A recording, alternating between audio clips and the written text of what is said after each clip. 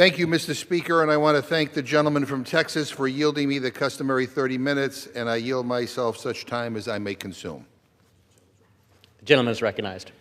Mr. Speaker, we have 4 bills in this rule today. All of them are completely closed. You know, no amendments, no debate, completely closed. I feel like I'm in Russia. 3 of them are from the failed rule last night, which was the 3rd failed rule in this Congress, the 7th under Speaker Johnson, and the 10th of the reigning Republican majority. That alone demonstrates Republicans' inability to govern. And then we have the so-called Save America Act. The gentleman from Texas is going to spend today's debate trying to convince you that this is a common sense, simple bill. But I want you to remember a very few important facts while he's talking. First of all, it is already illegal for non-citizens to vote in federal elections, period, full stop. If non-citizens are voting in federal elections, they should be prosecuted. We don't disagree on that.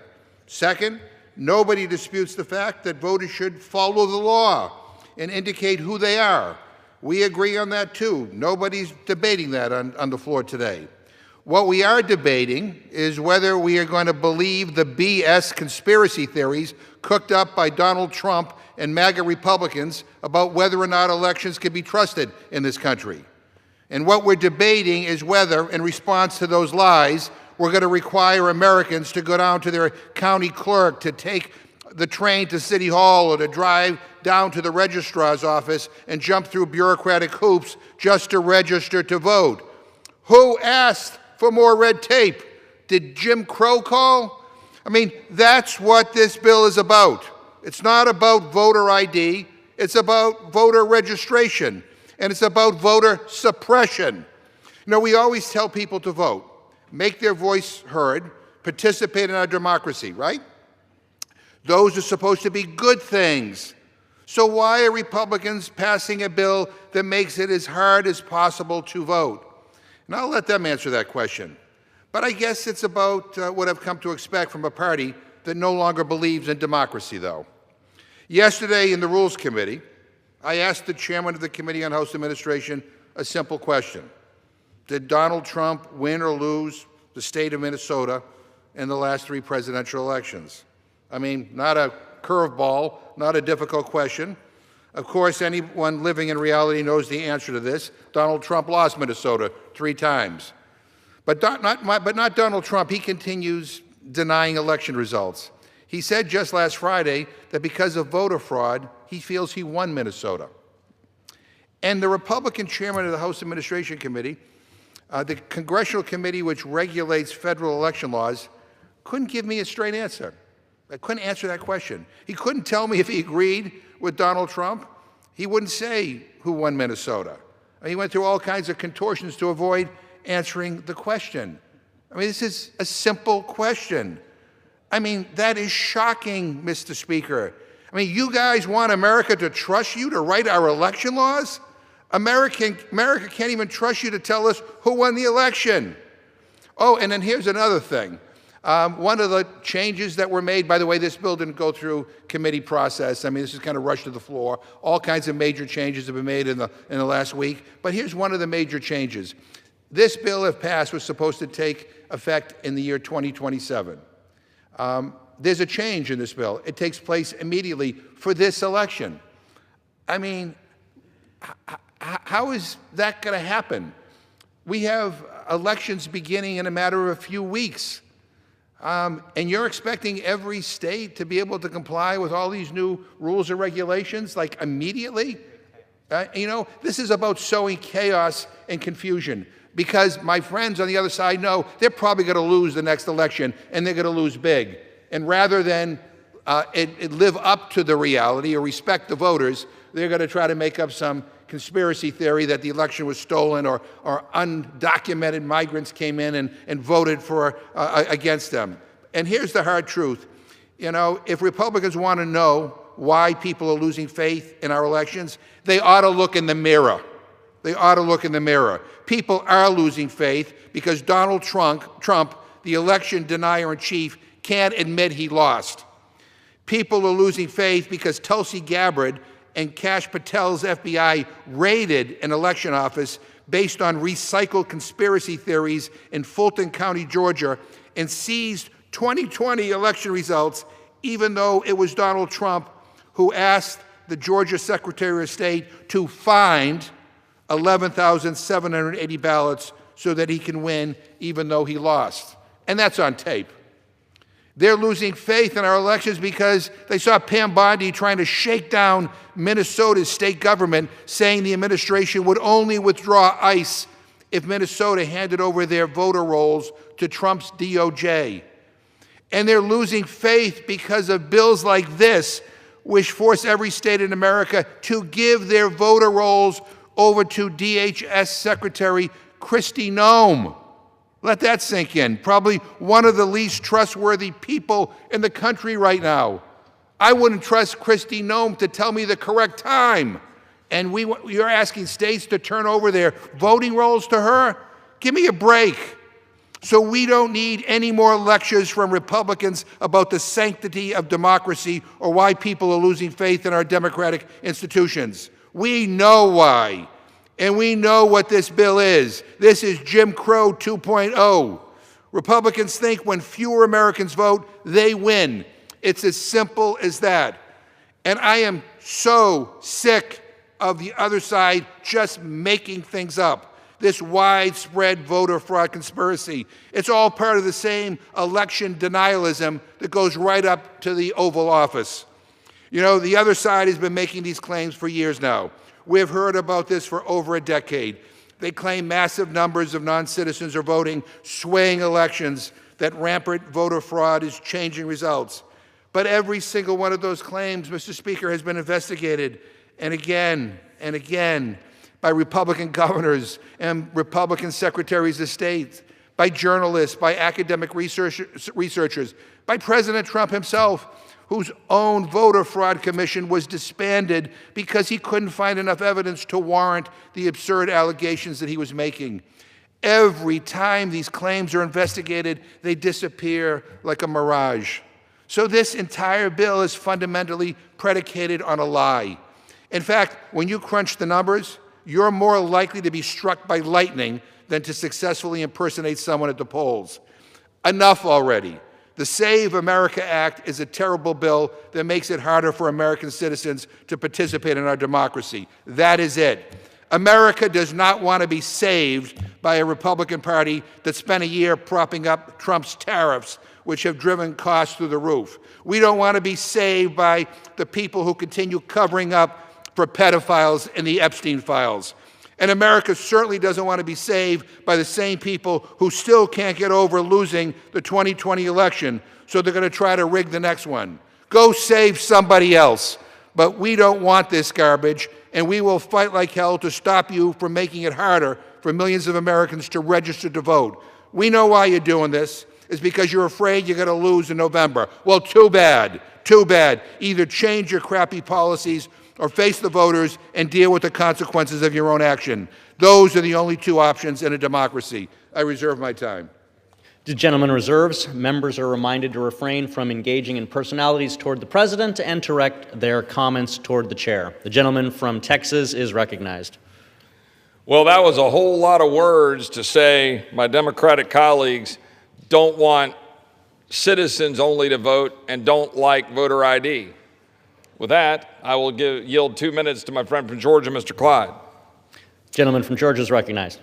Thank you, Mr. Speaker. I rise today in strong support of the Save America Act, which implements common sense measures backed by the vast majority of Americans across party lines to secure our elections and ensure that it is easy to vote but hard to cheat.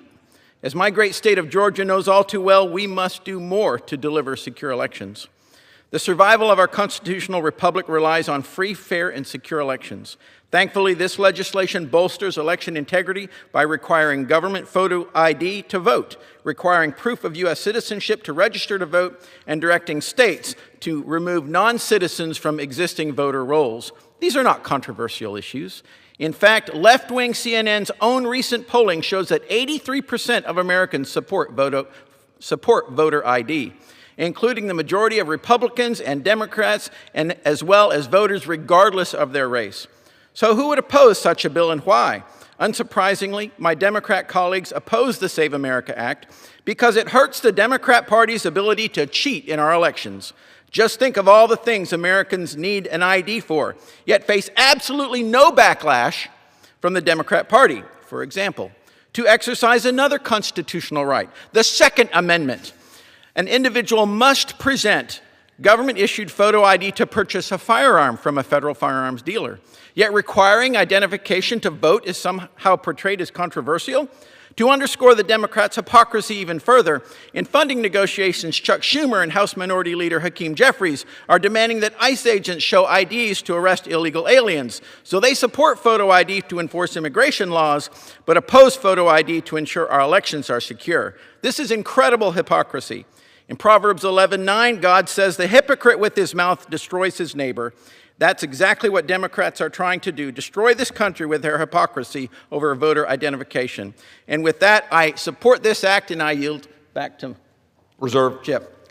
Gentleman yields. The gentleman reserves. The gentleman from Massachusetts is recognized. Yeah, Mr. Speaker, let me first correct the gentleman from Texas who mischaracterized deliberately my remarks.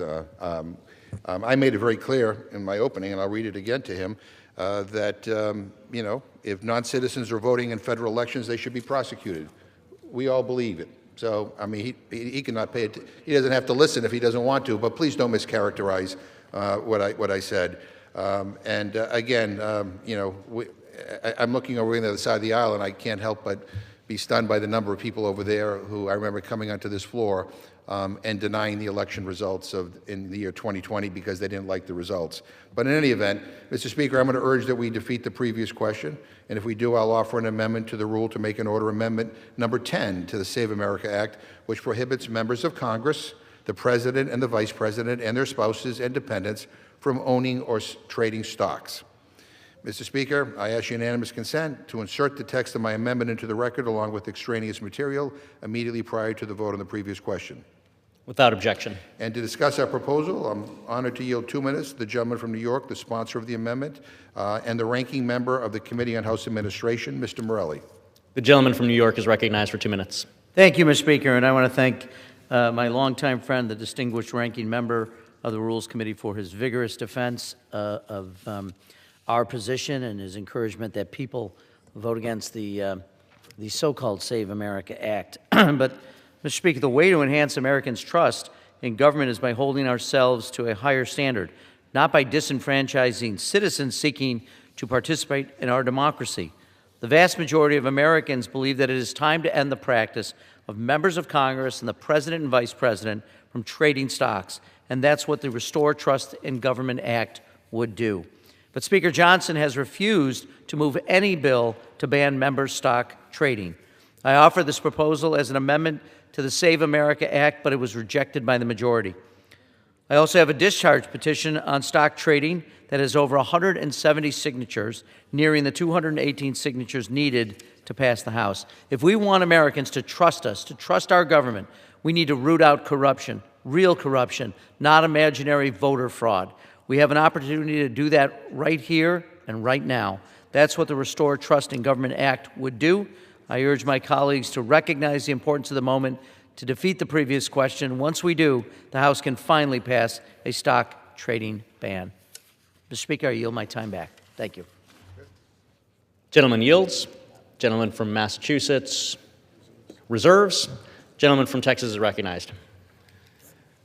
Well, I'm about to yield 2 minutes. My friend from Arizona, I would just note, as one of the lead sponsors of the legislation to deal with prohibiting members of Congress from engaging in the active trading of stocks, we're working on a bipartisan basis. We have legislation we're going to move. There'll be a time to do that, and this is a complete substitute. In other words, this is fake. That's a bunch of drama because my colleagues on the other side of the aisle do not want voter identification to be used to vote, and they do not want to guarantee that only citizens vote. It is that simple. We will deal with stock trading. I'm one of the lead sponsors of that legislation. We'll get it done, but not as a substitute for what 80% of the American people want, which is to guarantee only citizens vote and that you show up with a voter identification. I now yield 2 minutes to my friend from Arizona. Gentleman from Arizona is recognized for 2 minutes. I thank my friend from Texas, Mr. Roy, for yielding 2 minutes to me. And I'll just say this is really humorous to hear the machinations, the twisting and going-ons from our friends across the aisle as they say, we can't, this is too much. Mr. Schumer said that he denigrated black people and basically said they can't get the IDs. Kamala Harris said rural folks can't get IDs. It's just too hard. That's BS. They know it's BS. The American people know it's BS, which is exactly why. It's exactly why 85% of Americans say we need to do this. Now, let me just tell you, I come from a state is the most unique state in the country because we've been doing for years a requirement of proof of citizenship when you go to register for a state ballot. You got to do that in Arizona, and we've had no suppression. We're the only state that does it because the Supreme Court ruled that way. But somehow we can't do it for federal ballots? Think about that. For an alderman or a legislator in Arizona, you're going to have to show proof of citizenship to register to vote. Can't do it for the president, though. How absurd is that? We've had no problems. There's been no voter suppression. But you know what? They want to make it an issue because they don't want that proof. And you need to have that proof. Every American, really, every rational American anyway, knows it's not suppression, it's common sense. That's why you need to show ID when you vote. That's popular in Arizona. It's popular across the country. You need to show your citizenship when you register to vote. That's what has to happen in Arizona. It will work across the country. There's not a doubt in my mind. And so I urge passage of this bill, and I yield back to my good friend from Texas, Mr. Roy. Thank you. Thank you from Arizona, and I reserve. The gentleman yields. The gentleman reserves. The gentleman from Massachusetts is recognized. Yeah. Well, let's talk about common sense for a second. When the gentleman from Texas introduced this bill, the effective date was in 2027. And all of a sudden, because I think somebody, a right-winger on your side, did a tweet that caused all kinds of chaos, you moved it to be immediate, take effect immediately. Notwithstanding the fact that we have primaries beginning in some states in a matter of just a few weeks. I would just point out to the gentleman who just spoke, we have this thing called the Real ID. For 20 years we've been trying to implement it, spent billions of dollars trying to implement it, and still not everybody has it. And it's taken 20 years, and you're pushing all these new changes on states, and they have to do it in a matter of a couple of weeks? I mean, we all know what this is about. We all know what this is about. People see through this. This is not about protecting our democracy. It's not about preventing undocumented immigrants from voting. That's already illegal in this country. This is about sowing confusion and chaos because you know you're going to lose the next election. And really, what an underhanded way to deal with elections in our democracy. What an insult to the American people. Mr. Speaker, I yield 2 minutes to the gentlewoman from California, Ms. Simon. Gentlelady from California is recognized for 2 minutes. Thank you, Mr. Speaker, and thank you, Ranking Member. This bill doesn't secure elections. It shrinks the electorate, and I find it so interesting. In real time, we're having this conversation. When we talk about black voters, we're going to talk about black voters. This bill was written so poorly, it doesn't even take into consideration women of all races who have changed their names when they got married. It's ridiculous. It's been a federal crime, we know, for non-citizens to vote since 1996. Georgia audited 8.2 million voter registrations and found 20 non-citizens, 20. So that's the emergency. That's the emergency that justifies blocking 21 million American citizens who don't have the papers to fill what this bill demands, but we all know the history. Darnella Cavanis, my grandmother from Malvern, Arkansas, had to face the poll tax. After Reconstruction, nobody wrote race into a single suppression statute. They wrote poll taxes. They wrote literacy tests, good character clauses, race neutral on paper, but devastating in practice. The Save America Act sits in that tradition. I'll say it again, the Save America Act, it sits in that tradition. I have a 14-year-old daughter. I won't stand here and make voting harder for her when she decides to register to vote. You don't get to shrink the franchise. I urge a strong no from all of our colleagues who believe in a democracy that we were all promised. And I'll yield my time. Gentlelady yields. The gentleman reserves. Gentleman from Texas is recognized. I yield 2 minutes to my friend from Alabama. Gentleman from Alabama is recognized for 2 minutes. Thank you, Mr. Speaker. I rise today in support of this rule and the Save America Act, and am a co-sponsor of this bill. This essential legislation would require, as we've said, proof of citizenship when registering to vote and the presentation of a valid photo ID when at the ballot box. Currently, only 13 states do not require any form of voter ID. Having this requirement should be the standard, not the exception. My Democratic colleagues claim that requiring a photo ID to vote is too burdensome. Some say it's too difficult for rural Americans and will lead to voter suppression. I grew up in rural America. But the reality is that Americans use photo IDs every day to carry out basic tasks like opening a bank account, boarding a flight, checking into a hotel, renting a car, applying for a business license, for younger folks to buy alcohol, tobacco, or any other nicotine products, to sign a lease or a rental agreement, to get a marriage license, purchase firearms or ammunition, check in for jury duty, enroll in a college or university, purchase insurance, donate blood, all require a photo ID. I hope that people who don't have a photo ID don't get sick, because you need a photo ID to purchase things like Sudafed, NyQuil, Mucinex D. I hope they don't have to pick up a package at the post office, because you have to have a photo ID to pick up a package at the post office. If we require photo ID to prevent fraud in these areas I just mentioned, why are my colleagues so opposed to preventing fraud in elections? It's hard to argue that a photo ID is too much to ask for voting when Americans already use it routinely for far less important activities.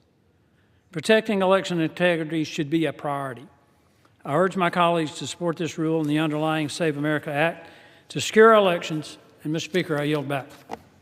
The gentleman Mr. Speaker, inquires how much time we have remaining.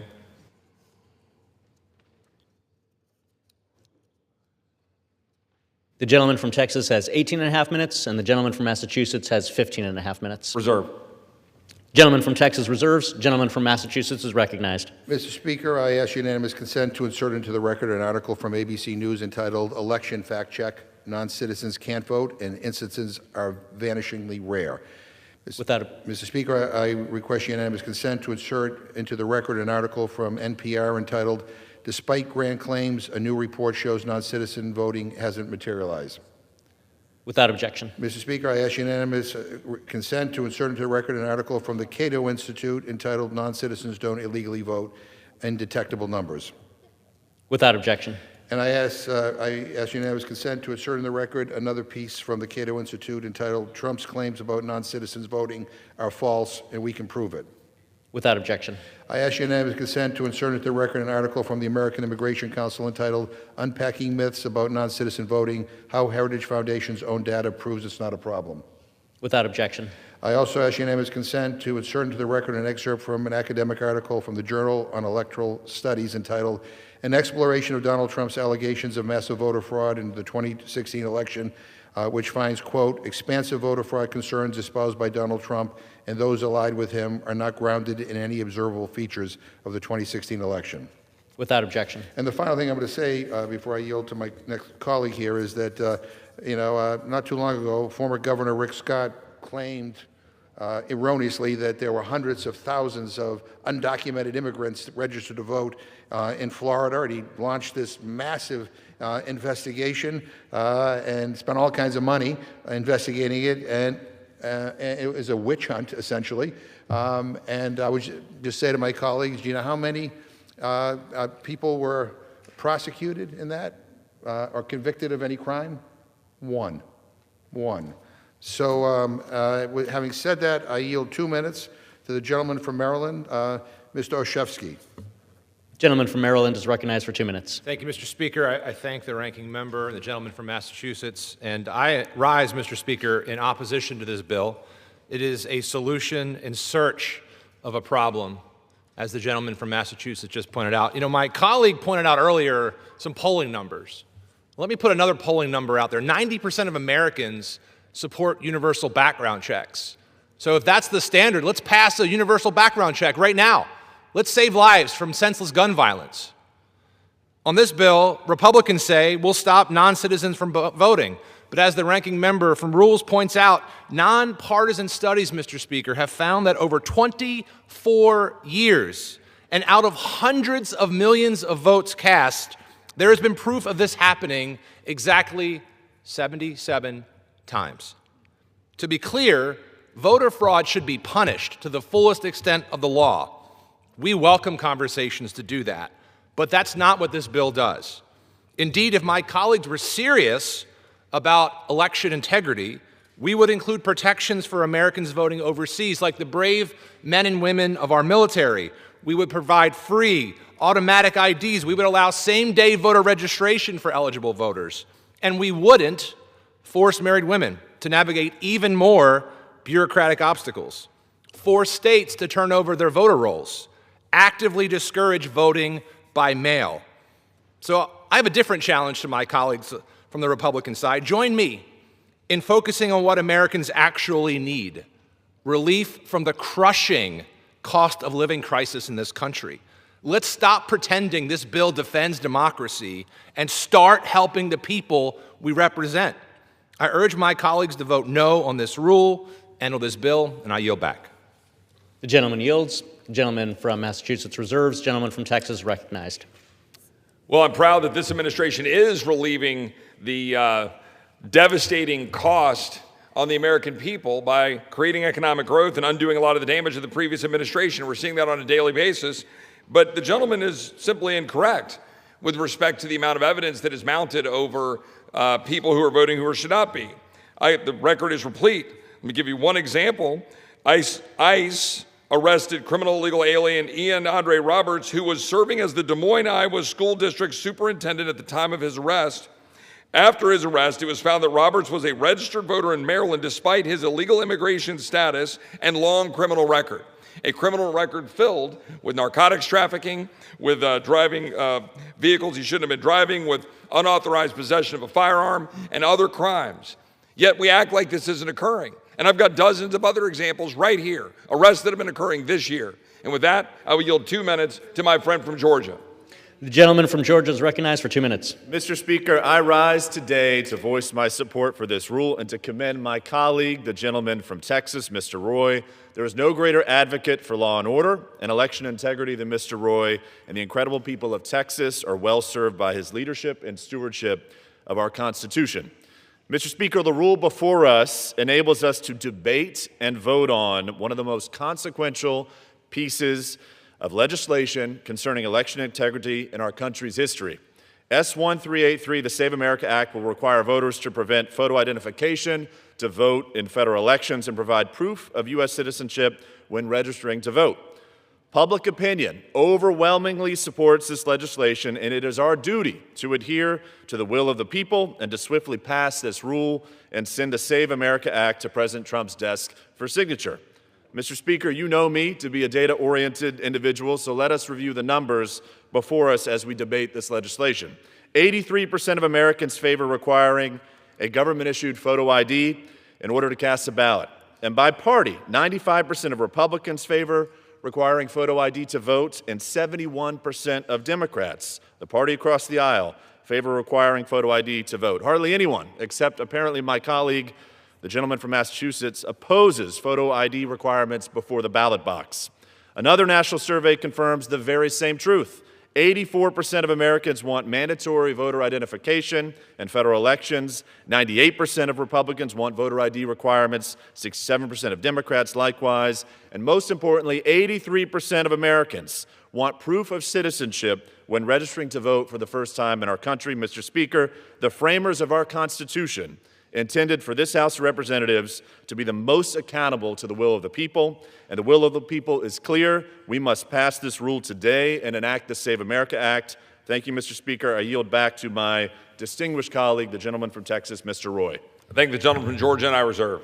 The gentleman yields. The gentleman reserves. The gentleman from Massachusetts is recognized. Yeah, Mr. Speaker, the gentleman from Texas read a list, and I asked him to yield to me, but he didn't want to. But what he was doing is cherry-picking cases, basically to sow distrust in our elections, just like Donald Trump does. But you want to read a list? Let me read you a list. Matt DePerno, a former Michigan Republican state attorney general candidate, was charged with conspiracy and undue possession of a voting machine. Former Republican Michigan State Representative Dare Rendon was also charged with conspiracy to commit undue possession of a voting machine and false pretenses. What was Mr. Rendon's punishment for this? The Republican Party promoted her to the chairwoman of the party in her congressional district. A Republican county clerk in Colorado, Tina Peters, is in prison for a scheme to breach voting systems fueled by 2020 election conspiracy theories. A Republican official in Georgia was fined for illegally voting multiple times. A former GOP lawmaker in Arizona pled guilty to attempted election fraud involving forged signatures. In North Carolina, 4 people pled guilty on Monday to misdemeanors for their roles in absentee ballot fraud in rural North Carolina during the 2016 and 2018 elections to help Republican congressional candidates. And let's not even get into Donald Trump actually being recorded. It's recorded, him asking for 11,800 votes to basically change the results in Georgia during the 2020 election. I would say to my Republican friends, if you want to talk about voter fraud, look in the mirror. Look in the mirror. Maybe that old saying, physician, heal thyself. At this time, I yield 2 minutes to the gentlewoman from Texas, Ms. Johnson. The lady from Texas is recognized for 2 minutes. Thank you, Mr. Speaker. The Save America Act makes it harder for Americans to vote. As a member of the Subcommittee on Elections, my responsibility is to protect access at the ballot box, not to restrict it. That is why I offered several common sense amendments to preserve online voter registration, ensure due process when an eligible citizen is denied the right to vote, mandate that citizenship only needs to be proven once, and allow the use of an expired passport to register to vote. My amendments sought to limit the harm that this bill would cause and ensure that every citizen has accessible and secure way to register and cast a ballot. These seems normal to me. This isn't about ID. This is about access. This is about procedures that will minimize the inconvenience to the United States citizens to cast their ballot. Despite these facts, Republicans on the Rules Committee unanimously blocked these amendments from even being considered. That tells you everything you need to know. This isn't about making it easier for Americans to vote. It isn't about so-called election integrity. It's about tilting the playing field. Republicans are losing support because voters aren't buying their ideas. And instead of changing their policies, they're trying to silence the American people at the ballot box. It's not working for their rigged, gerrymandered districts. It's not working for this effort to try to preclude people from registering to vote. If you really cared about people registering to vote, you would have online voter registration. You would make it to where people didn't have to go to one registrar's office in the middle of a county only during working hours when they're working their own shifts and they're not able to get there. How are people expected to register to vote under these rules? If you really cared, you would open it up. You would make online registration the rule and the law of the land. It is shameful, it is undemocratic, and I urge my colleagues in this chamber to vote no on this bill, and I yield back. Gentlelady yields. The gentleman reserves. The gentleman from Texas is recognized. I would note a couple of things that are important for the American people to see is that this administration has driven unemployment down to historic lows. Economic growth is now back up to close to 4%, we believe, in Q4 when we get those numbers at the end of February. We're seeing, importantly, a massive surge in employment among American citizens, among native-born American citizens. The fact is, my colleagues on the other side of the aisle don't care about that. They don't want to ensure that we're protecting American citizens. They don't want to have voter identification, and they don't want to ensure that only citizens vote in American elections. That's what this is about. It's pretty simple. I will now yield up to 3 minutes to my good friend from Virginia, Mr. Klein. Gentleman from Virginia is recognized for up to 3 minutes. I thank the gentleman for yielding time on this important bill. I rise today in strong support of the Save America Act. I'm proud to co-sponsor this bill. Our democratic process depends on free, fair, and secure elections. When Americans cast their ballots, they have to have full confidence that their voice carries equal weight and that our elections are protected from abuse. But in recent years, alarming loopholes that allow voting without proper identification or lengthy time to vote before elections or time to register when you show up to vote. These have weakened the confidence in elections in states like mine and the Commonwealth of Virginia, undermined a core principle of our democracy. The right to vote is one of the most important privileges of American citizenship. That privilege must be safeguarded. Allowing individuals to vote without verifying their identity diminishes the voices of lawful voters and opens the door to illegal immigrants influencing our elections. That's unacceptable. Illegal immigrants are here in this country. They came in by the millions over the last 4 years, and they're in California being given driver's licenses and then using those licenses to register to vote. It's happening all across the country. In fact, it's happening in states like Massachusetts. In fact, I would offer for the record an article from the Boston Herald from February 8th, 2026, entitled "Massachusetts Jury Convicts Illegal Immigrant of Identity Theft, Benefits Stealing, and Voter Fraud." This is an example of the type of voter fraud that's going on right here in our backyard and right in the backyard of the gentleman from Massachusetts. So I would argue that this legislation is even more necessary now than ever. When you had a Colombian woman unlawfully residing in Boston was convicted 2 days ago following a 5-day jury trial in federal court of identity theft offenses, including receiving rental assistance, Social Security, and SNAP benefits, as well as voter fraud under stolen identity, voting in several federal elections, including the 2024 presidential election. This is a real problem in Massachusetts right now, and I would argue that we need to pass this legislation to actually take action. The time for delay is over. I hope we can pass this today. I hope the Senate will take it up immediately to protect the integrity of our elections and preserve confidence in our democratic processes for generations to come. I yield back. I have unanimous consent that the article the gentleman from Virginia mentioned be inserted in the record. Without objection. Reserved. The gentleman reserved. Gentleman from Massachusetts recognized. I love the fact that all these guys have is statistically insignificant anecdotes that they like to put forward here. But let me, the gentleman from Texas talked about how wonderful the economy was. This is an article that just appeared today.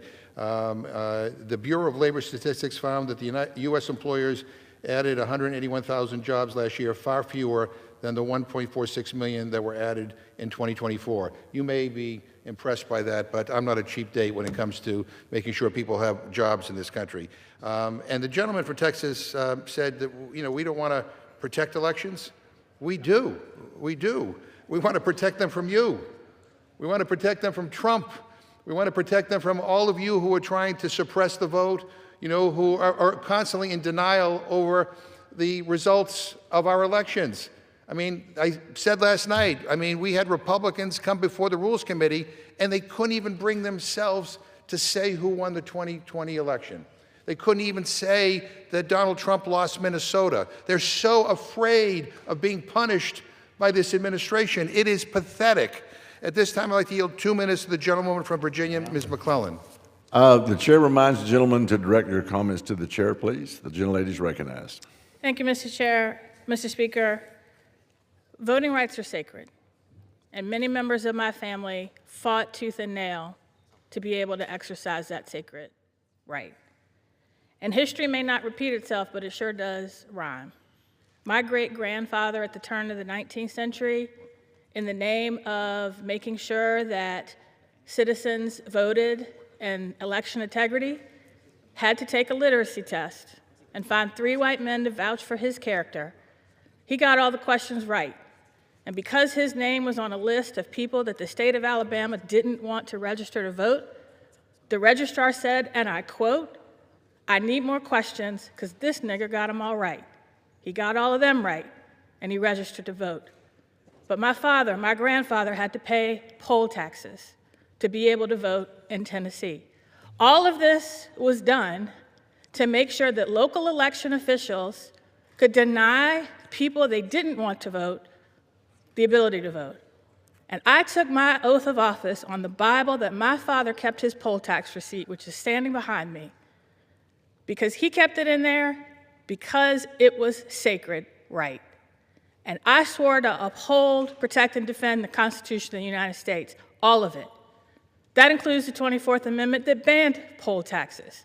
And yet the SAVE Act is a modern-day poll tax because every ID that you would have to use to register and to vote, with maybe one exception, costs money. And the one that is free is a military ID. But for our military who are overseas or not able to get home to register in person, it's an added burden. Rural communities, added burden. People of color, added burden. The 21 million American citizens that don't have ready access to these documents, it's a burden. The right to vote is sacred, and I will fight any effort to put more barriers in citizens' way to exercise it, and that's exactly what the SAVE Act does. That's why I will oppose it. I yield back. The gentlelady yields back. The gentleman from Massachusetts reserves. The gentleman from Texas is recognized. Mr. Speaker, may I inquire the time remaining for each side? The gentleman from Texas has 12 and a half minutes. The gentleman from Massachusetts has 6.5 minutes.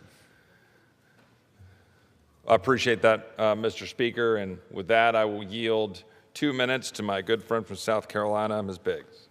The gentlelady is recognized for 2 minutes. Thank you, Mr. Speaker, and thank you to my friend and colleague, Mr. Roy. I rise today in strong support of the rule. The American people, they deserve elections that they can trust, and this rule moves us just one step closer to restoring that trust. It's simple. Only American citizens should be voting in American elections. I can't believe we're even having to say that. But right now, our system has real gaps, and the longer we ignore them, the more confidence we lose. Some of the left would rather keep those loopholes wide open than to ensure the integrity of our elections. We've already seen what happens when Washington refuses to act. We've seen the chaos at the border. We cannot let that chaos spill over into the ballot box. The Save America Act helps prevent that. This bill delivers on one of President Trump's top priorities, and that's to secure our elections and to make sure only citizens vote. That's not controversial. That's the standard voters are demanding. Let's do what's right. Let's pass this rule and move the bill forward. And I yield back. Gentlelady yields back. Gentleman from Texas. I reserve. Reserve. Gentleman from Massachusetts is recognized. Yeah, Mr. Speaker, I just disagree very strongly with what was just said. I don't see Trump trying to preserve our elections. I've been witnessing him trying to undermine trust in our elections and to rig our elections. You know, Mr. Speaker, the bill before us is a prime example of how awful the process has been under this Republican majority. The Save America Act was introduced by the gentleman from Texas just 12 days ago, and it included significant changes from its original version, the SAVE Act. And after the Save America's Act initial introduction, the Rules Committee posted a complete rewrite of it on last Friday. And even after 2 sweeping rounds of edits, Republicans were not done changing their half-baked bill. Yesterday, they posted a manager's amendment, which makes more huge changes, including changing when the bill would take effect and which voter IDs would be acceptable. Now, we've seen 3 totally different versions of this bill in a dozen days. And it's important to say that all of these changes were backroom deals. No hearings, no markups, no regular order. The chairman of the House Administration Committee didn't even feign a desire to include rank-and-file members in the process. He actually requested a completely closed rule for this bill. Mr. Speaker, a bad process is not a rare occurrence around here. It is a fundamental feature of Republican governance. And last Congress, Republican leadership made history for running the most closed, unproductive, dysfunctional Congress in modern American history. And this Congress, Republicans have only doubled down on this shameful record. 84% of measures that Republicans have sent to the House floor have been totally closed. No amendments, no discussion, no democracy, just take it or leave it. Republican leadership has blocked 82% of amendments submitted to the Rules Committee, over 3,300 amendments blocked, including most Republican amendments, over 60% of bipartisan amendments. And if you're a Democrat, forget it. I'm not sure they even read what we submit. This blockade on amendments is leading to some shameful records. For example, this Republican majority set a record for the fewest House votes cast in the first session of a two-year Congress in over 35 years. And under Speaker Johnson, the Rules Committee is where democracy goes to die. With that in mind, Mr. Speaker, why should we trust Republicans to rewrite voting laws when they are setting records for blocking voting in the People's House? This Republican Congress is an insult to the American people and a disgrace to our democracy, and I reserve. No, I don't have time. The gentleman from Massachusetts reserved. The gentleman from Texas is recognized. I thank the Speaker. I would note that when the gentleman from Massachusetts tries to dismiss the supposed trivial or anecdotal or, quote, cherry-picked cases, there are so many that it would take me more time than I have to read through them all, of prosecutions for voter fraud and individual instances of voter fraud. We have one here of Angelica Maria Francisco in Alabama in 2024, an illegal alien charged by federal authorities with 9 criminal counts in connection with a fraudulent assumption of the identity of a U.S. citizen, including voter fraud. We have Alfred Nelson, a.k.a. Alfred Samuels in Florida in 2024. Alfred Nelson was known as Alfred Samuels, among several other aliases, charged by Florida's Department of Law Enforcement in Broward County with 2 felony counts of voting as an unqualified elector. Nelson, illegal alien, unlawfully voted by mail. I could go on and keep going down the list. It is real, and the only thing that we're putting forward is a common sense proposal to ensure that only citizens vote in American elections and that we provide voter ID at the polls. And with that, I will yield 2 minutes to the gentleman from Utah, Mr. Kennedy. The gentleman from Utah is recognized for 2 minutes. Mr. Speaker, I rise today to stand in support of the Save America Act. Consider the simple realities of life. In this country, you're required to show an ID to drive a car, to board an airplane, or to cash a paycheck. These are routine requirements for everyday participation in our society. And yet, for the most fundamental act of a self-governing people, the right to vote, that same standard of verification is missing. Let us be clear, despite the rhetoric, this is not about creating hurdles at the polling place. It is about the integrity of the registration process. As Americans, our right to vote is sacred. But that right is only as strong as the system that protects it. When one single illegal vote is cast, a legal vote is diluted. When a foreign national influences an election, the voice of an American citizen is silenced. This isn't a hypothetical concern. It is a matter of protecting the value of everyone's choice. The Save America Act is guided by one simple principle: only Americans should decide American elections. Across this country, we have seen non-citizens identified on voter rolls. This is a vulnerability we can no longer afford to ignore. By passing this act, we provide the public with the one thing our political system needs most: trust. Trust that the process is secure. Trust that the rules are followed. Trust that every legal vote counts. Mr. Speaker, I urge my colleagues to join me. Let us unify around the democratic principles that built this republic. Let us pass the Save America Act to keep our elections exclusively in the hands of the American people. Thank you, Mr. Speaker, and with that, I yield back. The gentleman from Utah yields back. The gentleman from Texas is recognized. Mr. Speaker, I reserve. The gentleman from Texas reserved. The gentleman from Massachusetts is recognized. Yeah, Mr. Speaker, I'll say to the gentleman from Texas, I appreciate him reading that list, but the reason why we know about them is because those people were caught. The list that I read of Republican officials who were caught engaged in voter fraud, the reason why we know about them is because they were caught. So the system is working. So stop trying to sow division and chaos into our electoral system. I reserve my time. The gentleman from Massachusetts reserved. The gentleman from Texas recognized.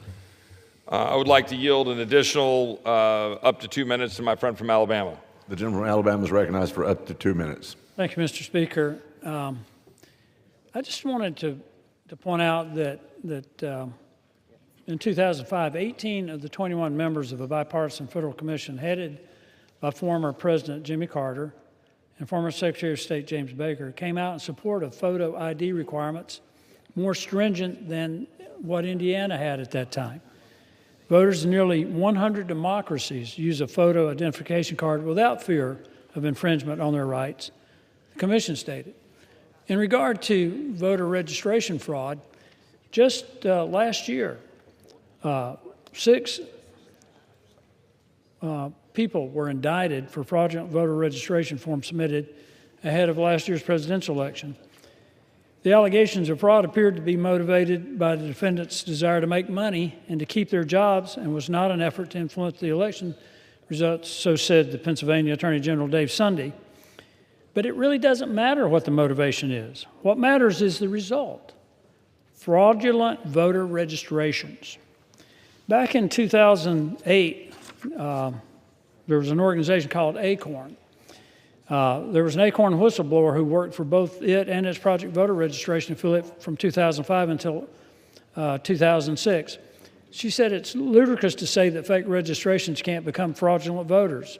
She said, I assure you that if you can get them on the rolls, you can get them to vote, especially using absentee ballots. There were documents that were provided by the whistleblower that indicated that the goal of ACORN's New Mexico affiliate was that only 40% of its submitted registrations had to be valid. I think fraudulent voter registration is a problem. I think requiring a valid photo ID, as President Jimmy Carter and former Secretary of State Jim Baker said, is totally a way to ensure integrity in our elections, and is not a burden on the people. Mr. Speaker, I yield back. The gentleman's time has expired. The gentleman from Texas is recognized. Thank my friend from Alabama, and I reserve. The gentleman from Texas reserved. The gentleman from Massachusetts is recognized. Mr. Speaker, I yield myself 30 seconds. The gentleman is recognized. It is to ask the gentleman from Texas who wrote this bill, how the hell are states supposed to implement this new bill in a matter of a few weeks? His original bill gave states until 2027. We have primaries coming up in a matter of a couple of weeks. How the hell is this going to be implemented, Mr. Speaker? This is ridiculous. This is about sowing division and chaos in our elections. And the bottom line is, it is a rotten thing to do. People want to participate in our democracy. They want to vote. And I'm going to tell you, I can't wait to the next election, because they're going to vote you guys right out of office. The economy stinks under this administration. I mean, the rhetoric coming out of this White House is appalling. Enough. The gentleman's time has expired. The gentleman from Texas is recognized. My colleagues on the other side of the aisle have made a number of claims about this legislation. And with respect to the gentleman's question, I would tell you that what we're talking about with respect to voter identification is the simply presentation of voter identification. 36 states already have voter identification requirements. And to the extent that we're able to get this passed, as I hope we will, and signed into law in the next month or two, we will have the ability, states can immediately be able to implement voter identification. Present your voter ID. That's it. Present it. And with respect to the other claims, there have been claims about the implications for married women. The fact is that the Save America Act does not, as is alleged, disenfranchise voters, but rather it provides a very specific process for anyone who changes his or her name to register to vote, including by signing an affidavit. Now, we believe the original form of the SAVE Act would have provided ample ability for states to have taken care of it, but we went ahead and added an additional provision to ensure that the affidavit process was there. For, again, a small fraction of the population for whom it might impact, we wanted to ensure that there was no chance of issue. Questions were raised about our uniformed personnel, our men and women who serve this country overseas. And we believe that our previous version would have made it fine for them to be able to do what they needed to do to register to vote and to vote. But we made a clarification to ensure that UOCAVA governs what happens with our men and women in uniform. So we have made every attempt to work to ensure that this bill is doing exactly what it's intended to do, which is ensure that only citizens vote and that we present voter ID at the polls. And with that, I would, does the gentleman from Georgia like any time? Yes. I would be happy to yield 1 minute to the gentleman from Georgia. Well, thank The gentleman you. from Georgia is recognized for 1 minute. Thank you. I appreciate it to my good friend from Texas. You know, the question I wanted to ask to my Democratic colleagues is that since they have made it abundantly clear that Democrats strongly oppose photo identification in order to vote, you know, that's a First Amendment right. So am I correct in assuming that Democrats also strongly oppose government-issued photo ID to exercise a person's Second Amendment right? So therefore, no ID required to buy a firearm. If they're going to be against voter ID, then I would assume to exercise a First Amendment right, then I would assume also that they would be against voter or photo ID to exercise a Second Amendment right. But, you know, I've not seen any legislation from my Democrat colleagues to do that, so I really don't believe that. I think it's all a hoax, and I yield back. The gentleman yields back. The gentleman from Texas recognized. Reserve. The gentleman from Texas reserved. The gentleman from Massachusetts recognized. Yeah, Mr. Speaker, I'm not going to respond to the gentleman who characterized January 6th as a normal day of tourism here. I reserve my time. The gentleman from Massachusetts reserved. The gentleman from Texas recognized. Mr. Speaker, I would just like to offer, as I've done already, a number of examples, numerous other examples of individuals committing fraud. Laura Janeth Garza in Texas, a Mexican citizen, pled guilty to 2 felony charges of voter impersonation and ineligible voting. Garza stole the identity of her cousin, a U.S. citizen. Another example of Mario Abdullah Orellana in Texas, a 57-year-old El Salvadorian national, was indicted by the DOJ on federal immigration and voter fraud violations. Now, I could go down and give more and more examples. The fact is, yes, these are good examples in which we've been able to intervene and stop this voter fraud and identify the individuals and prosecute those individuals. But we know that there's significant additional fraud going on that we are not capturing, that we are not catching. It's a very simple and basic premise of those who have been in the prosecutorial function that you only catch so many people. And in this case, we have been going after some individuals, but we can certainly prevent any further abuse of our voter elections and making sure that we have integrity in those elections if we make sure we have voter identification and ensure that only citizens are voting. I reserve. The gentleman from Texas reserved. The gentleman from Massachusetts recognized. I want to thank the gentleman for pointing out these anecdotal cases of voter fraud, and I appreciate the fact that he mentioned they all were caught, just like all the Republican officials that I read, and I have a volume more that I could read. They were caught, so it sounds like the system works. I reserve. The gentleman from Massachusetts reserved. The gentleman from Texas recognized. Mr. Speaker, I am prepared to close if the gentleman from Massachusetts is prepared to close. I'm prepared to close.